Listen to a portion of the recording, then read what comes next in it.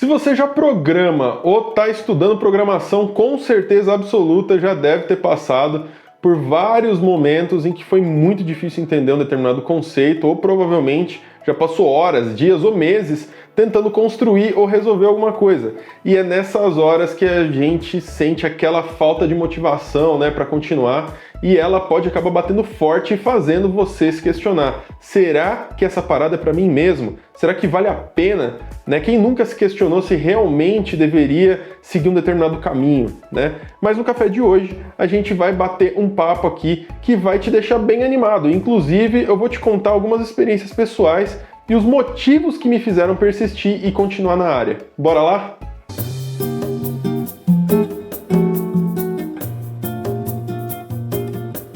Fala galera, aqui é o Rafa, valeu demais por você estar comigo hoje nesse café, e hoje eu vou falar para vocês sobre motivação. O que você deve levar em conta quando você se pega reavaliando se deveria realmente estudar ou continuar estudando programação, né? E eu vou aproveitar inclusive o espaço e contar um pouquinho também sobre o que me motivou tanto a continuar na programação, apesar das infinitas dificuldades que eu tive, né? O que me fez brilhar os olhos, né? E que talvez faça brilhar os seus também e ajude você a continuar. Quando a gente fala de programação, infelizmente, só para algumas poucas pessoas é algo fluido, né? Algo que acontece naturalmente.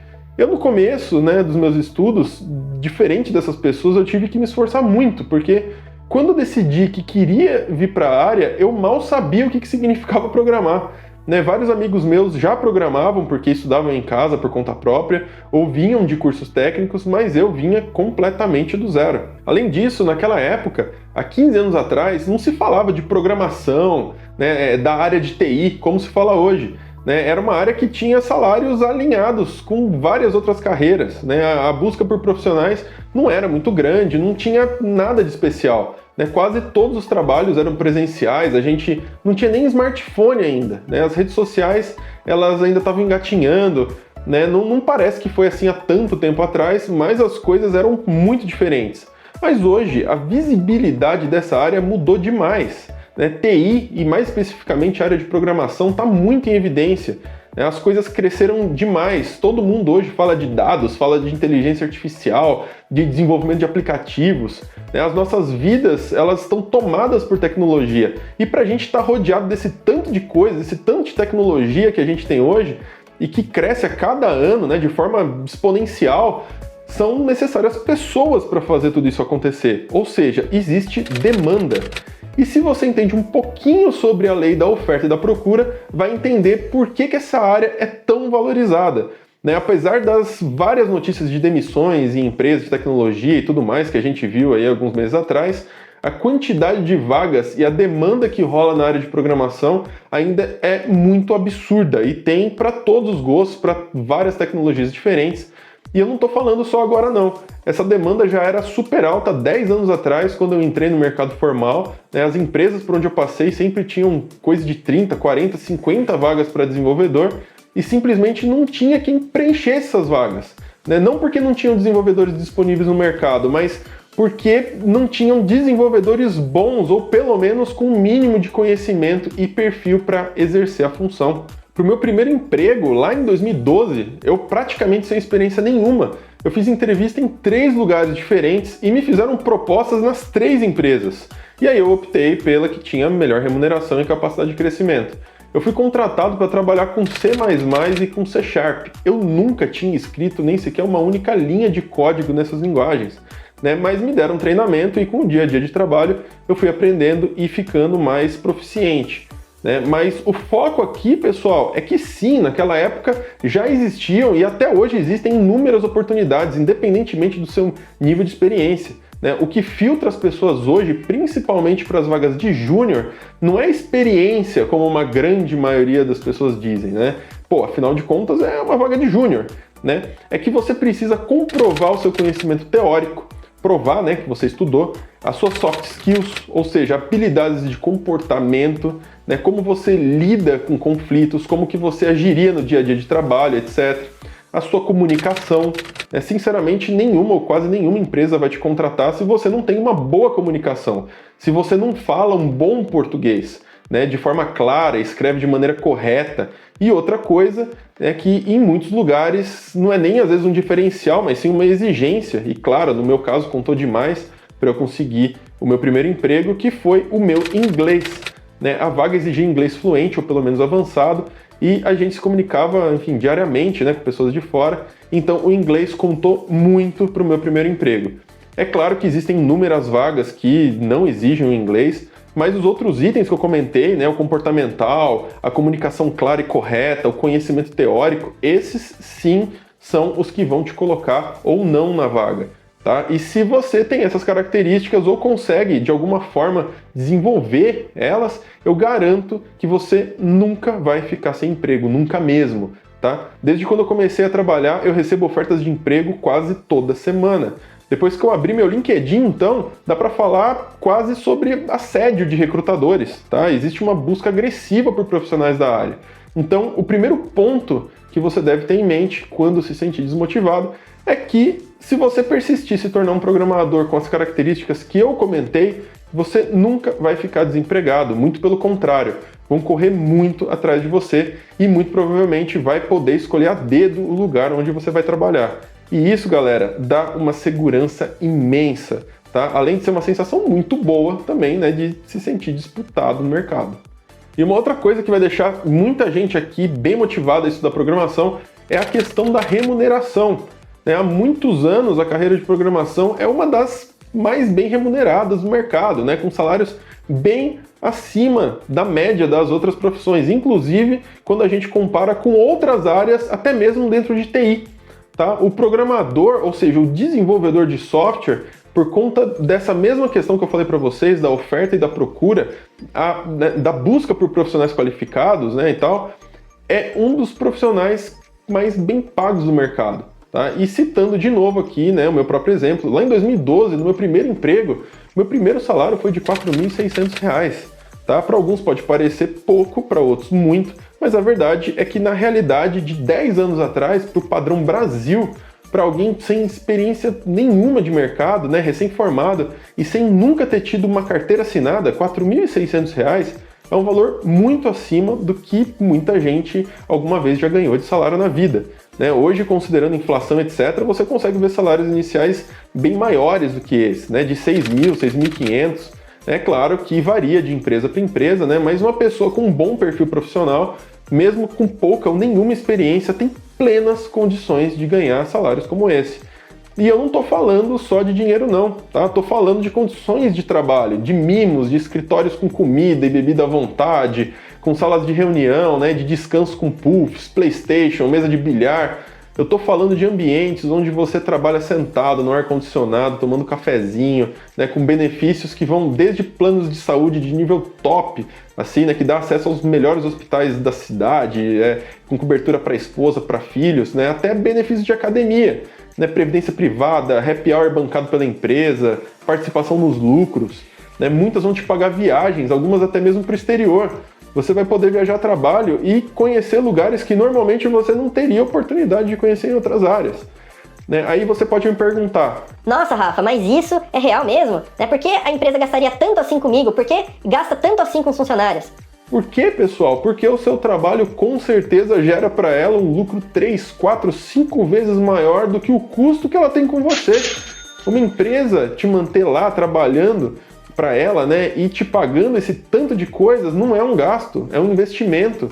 Se você acha que está ganhando bem, pode ter certeza que ela está ganhando bem mais em cima de você. E outra coisa, tudo isso que eu estou te falando são de empresas por contratação nacional, contratação pela CLT. Mas existem também, por exemplo, empresas no exterior que contratam de forma remota ou presencial mesmo, com condições de realocação, né? Ou seja, ela te leva para morar em outro país, onde te pagam tudo, mudança, aluguel por 6 meses, visto, etc. E na boa, muita gente acha que nossa, é quase impossível isso, Rafa, né? São raríssimos os casos de pessoas que conseguem vagas de emprego lá fora. Mas só no meu círculo de amizades eu tenho inúmeros exemplos que hoje moram fora, nos Estados Unidos, Canadá, Alemanha, Portugal, Espanha. Eu nem consigo lembrar de quantos. Mas é claro que nesses casos, a maioria das vagas são para posições de pleno, sênior, né, e acima. É um pouco raro encontrar vagas de júnior, mas se você persiste, consegue se desenvolver na área, né, aqui no Brasil mesmo, vamos dizer, sei lá, por uns 4, 5 anos, se torna um programador mais experiente e principalmente consegue se comunicar em inglês, você começa a presenciar a realidade de salários em torno de 5, 6, 7 mil dólares para trabalho remoto, que hoje, se a gente for converter no câmbio de R$5 para $1, dá para ter salários na faixa dos 30 mil reais, bruto, mas, poxa, 30 mil reais é muito dinheiro. Enfim, galera, de qualquer forma, independentemente de empresa, de maneira geral, se você pegar uma média salarial do desenvolvedor, ela é uma média muito alta. E esses salários podem te proporcionar um padrão de vida muito confortável, tá? Te possibilita desfrutar de várias experiências. Para mim, a área de programação me possibilitou conhecer lugares que eu nunca imaginei que eu conheceria, né? Já viajei o Brasil inteiro, desde Rio Grande do Sul até Fernando de Noronha. Tá? Já tive a oportunidade de conhecer a Argentina, Uruguai, Portugal, já morei na Irlanda por 8 meses, né? Eu pude ficar na Itália por mais de um mês, é um país maravilhoso, inclusive. Tá? Conheci República Tcheca, Áustria, enfim. E tudo isso com o meu próprio dinheiro, tá? Ninguém pagou para mim, não. E eu tenho certeza que se eu tivesse optado por quase qualquer outra área para eu conquistar essas experiências e ter o mesmo padrão de vida, eu com certeza precisaria me esforçar muito mais, ou demoraria muito mais tempo para conseguir tudo isso, se é que eu conseguiria, né, dependendo da carreira. É claro que nada disso vem de graça, né? Você paga o preço, claro, tem que estudar muito, tem que se esforçar e persistir bastante. Mas se isso serve de motivação, pessoal, vale muito a pena, tá? E o principal, alcançar esse patamar só depende de você mesmo. Você encontra conteúdo para estudar programação em todo lugar, tem conteúdo gratuito, conteúdo pago, enfim. Se você procurar, você acha com muita facilidade. Um outro ponto importantíssimo sobre essa carreira e que definitivamente faz a sua vida ser completamente diferente de trabalhar, né, em outras áreas, é a flexibilidade. E quando eu falo de flexibilidade, eu falo tanto no quesito trabalho remoto, né, como horários flexíveis. A carreira de programação ela te dá inúmeras possibilidades de poder trabalhar de pijama no seu sofá, poder aproveitar uma viagem com a família, não precisar tirar férias para isso, tá? Você pode simplesmente pegar seu notebook, colocar dentro da mochila e ir trabalhar na praia, se você quiser. E aí, se você sente falta de ir para o escritório e aproveitar a infraestrutura que a empresa te oferece lá, né, ou quer se encontrar com os colegas, sei lá, você pode optar de ir quando quiser, uma vez ao mês, uma vez por semana, enfim. Muitas empresas te dão a possibilidade de trabalhar presencialmente quantas vezes você quiser. Na empresa que eu trabalho hoje é assim, eu posso ir quantas vezes eu quiser e, inclusive, eu tenho também a opção de trabalhar em espaços de coworking, né, que são salas compartilhadas por várias empresas, o que também é bem bacana de ir para bater um papo de vez em quando. E se você é daquelas pessoas que, como eu, também rendem muito melhor à noite, né, ou em horários diferentes do normal, essa flexibilidade também te dá a opção de fazer o seu próprio horário de trabalho. A única coisa que muitas empresas geralmente pedem é que você participe, né, das reuniões, dos eventos, etc.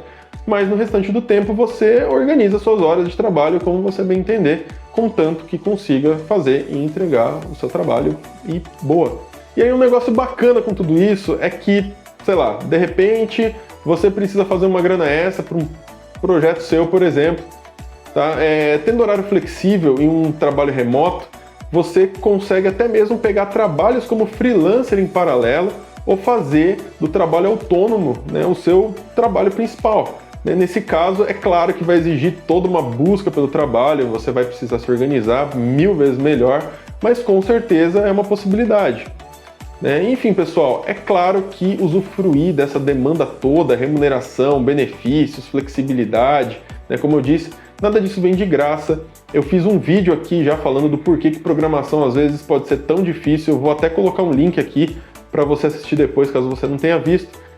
A programação é uma área que requer muita persistência, muito tempo de estudo, de treino, testes, etc. Né? E aqui eu queria frisar uma palavra que para mim é a peça-chave para você se dar bem na área, que é paciência. Se você está programando ou estudando programação hoje, eu te peço paciência. Por favor, se você gosta do assunto, se você tem afinidade, mesmo que esteja sendo muito difícil para você, seja resiliente, encare os problemas como oportunidades de crescimento. tá? Tenta resolver os problemas, não fuja deles, né? E sabe por quê? Porque se você se desenvolver bem nessa área, ela pode mudar completamente a sua vida. Você pode ter um estilo de vida sensacional e através de uma profissão que você consegue obter o conhecimento para exercer ela sem nem mesmo precisar fazer uma faculdade, né? Ela pode te dar um retorno financeiro, de experiências que, olha, em outras áreas com certeza seria muito mais difícil conseguir. Eu posso te dizer por experiência própria o quanto essa carreira mudou na minha vida. Na minha concepção, eu não poderia ter optado por área melhor, com melhor custo-benefício do que a área da programação. Então, mesmo que você se sinta desanimado às vezes, lembra de tudo isso que eu te falei hoje, lembra da qualidade de vida que você pode ter, das experiências que pode usufruir e do que você pode proporcionar para os seus familiares, inclusive. Você já imaginou se o Albert Einstein tivesse baixado a cabeça depois de não ter sido aceito na universidade? Ou se a J.K. Rowling, né, a escritora do Harry Potter, ela tivesse encerrado a carreira de escritora depois de tantas vezes que ela foi rejeitada?